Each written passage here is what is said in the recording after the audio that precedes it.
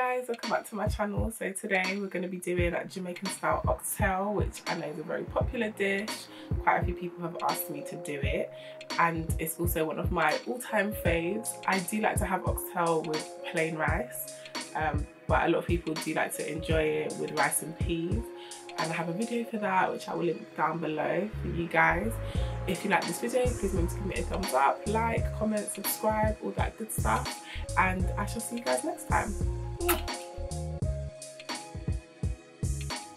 Okay guys, so we've got our meat here freshly washed and prepared in a bowl, any excess fat removed, and then we want to go ahead and add in our sea salt, black pepper, paprika, mixed herbs,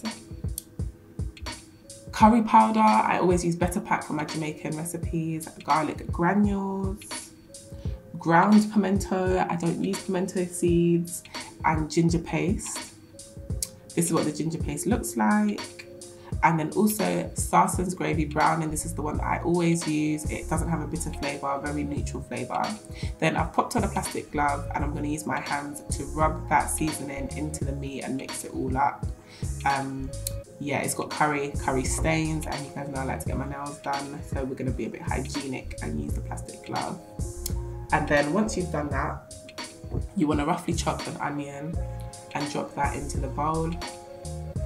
And then we're also going to chop some red sweet pepper and drop that bad boy in as well. And then we're going to add some carrot, roughly chopped as well. And we are also going to add some cho-cho. We use this a lot in Jamaica. It's a very watery vegetable, and it's really great when you're trying to make quite saucy dishes or rich gravies. So we're going to take out that seed in the middle and also the green outer skin, chop it up and drop that in with the rest of the lovely nutritious stuff. Then we're going to squash a couple garlics, drop those bad boys in, and then use our hands again to mix it all up and make sure it's all covered. Then we're going to squash our scallion, which is like our extremely large spring onion, and also drop in some fresh thyme. If your bowl is big enough, you can try and mix it up again. Mine just wasn't, and it's not that serious. So then I popped a pot lid on top because I could not find the cling film, unfortunately. And then I've left that in the fridge to marinate overnight, or as long as you possibly can. And then when it's time to cook, we want to pull out our Dutch pot. And then we want to heat some coconut oil on an extremely high heat. And then once that's hot, you want to drop in the entire contents of the bowl, the meat and everything. And we want to brown the meat on a high heat for a couple of minutes. Just make sure you're mixing it so it's not sticking or anything like that. And then after a couple of minutes, you want to drop the lid on top and just leave it to cook on a high heat for about 15 minutes. And this will help produce a lot of the natural waters will kind of pull from the vegetables and the meat, but it's not going to be enough to soften the meat as it cooks. So we want to go ahead and add in some hot water, and then we're going to add that in, and then we're going to drop in our scotch bonnets and also some bay leaves. And then once we've done that, give it another mix, just make sure the bottom is not sticking or anything like that. And then we want to pop the pot lid on a high heat, medium high heat, for about an hour, hour and 15 minutes. And then after this point, you'll notice that a lot of the water has reduced, but the meat is not soft enough. So we need to take out those scotch bonnets so that we don't lose them, and we're going to add back in some more hot water.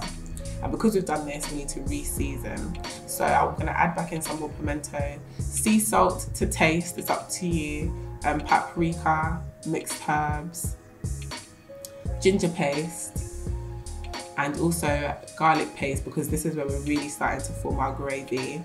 And then also some light muscovado sugar, brown sugar, just to add a bit of sweetness and a bit of balance to the dish. And we're going to mix that all up, bubbly jubbly.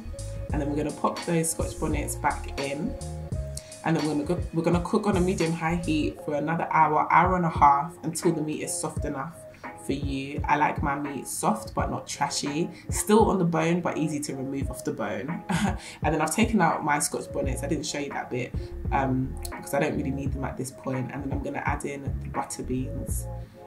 Your dish should be perfectly seasoned, perfectly spicy enough. You're literally just adding the butter beans. This bit is purely optional. And then we're going to turn the heat down to a low heat, and just leave it for about 15 minutes to allow those butter beans to soften. And then after that time, once they're soft, you can see that the gravy has naturally thickened on its own. The meat should be soft enough for you, definitely taste the piece, and you're ready to serve. So yeah, I like to have it, if this is like a Sunday or a special occasion, with some rice and peas. So you guys can check out the rice and peas video on my channel if you want to cook some beautiful, perfect rice and peas. And then you can also have it with some plantain, coleslaw, salad.